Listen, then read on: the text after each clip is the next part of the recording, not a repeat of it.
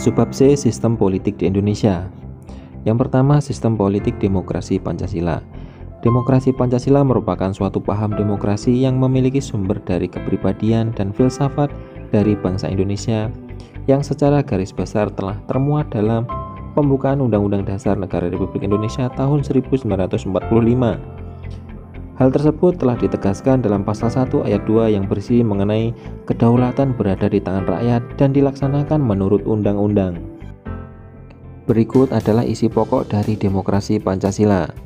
Yang A. Dalam pelaksanaan di lapangan, sistem demokrasi harus berdasarkan pada sila-sila dalam Pancasila seperti yang tercantum dalam pembukaan Undang-Undang Dasar Negara Republik Indonesia tahun 1945 dan penjelasannya terdapat pada batang tubuh Undang-Undang Dasar Negara Republik Indonesia tahun 1945 dan penjelasan Undang-Undang Dasar Negara Republik Indonesia tahun 1945. Selanjutnya, dalam pelaksanaannya, demokrasi harus selalu menghargai semua hak-hak asasi manusia dan selalu menjamin hak-hak minoritas baik secara kelompok atau kekuatan sosial. Selanjutnya, dalam pelaksanaan kehidupan ketatanegaraan harus selalu mendasarkan pada suatu kelembagaan atau institusional. Dan yang terakhir, dalam sistem demokrasi Pancasila memiliki sendi hukum seperti halnya yang telah dijelaskan. Yang kedua, pelaksanaan demokrasi Pancasila dalam mengambil keputusan.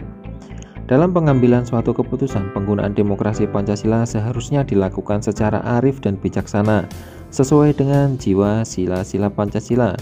Selain itu, dalam proses pengambil keputusan harus disesuaikan dengan berbagai prinsip demokrasi Pancasila dan dengan disesuaikan nilai yang terkandung dalam Pancasila, yaitu prinsip keseimbangan antara hak dan kewajiban, kebebasan yang bertanggung jawab, persamaan, dan lebih mengutamakan persatuan dan kesatuan bangsa Indonesia.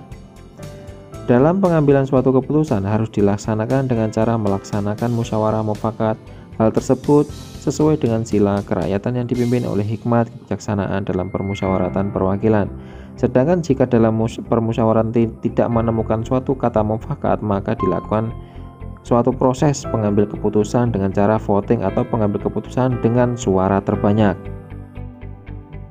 Berdasarkan penjelasan dari ketetapan MPR nomor 2 MPR tahun 1999 pasal 79 ayat 1 menjelaskan bahwa dalam pengambilan keputusan pada asasnya diusahakan sejauh mungkin dengan musyawarah untuk mencapai mufakat. Apabila hal ini tidak mungkin, keputusan diambil berdasarkan suara terbanyak. Dalam pengambil keputusan dengan cara melakukan pemungutan suara dalam proses demokrasi Pancasila dikatakan sah jika telah memenuhi beberapa syarat, yaitu sebagai berikut.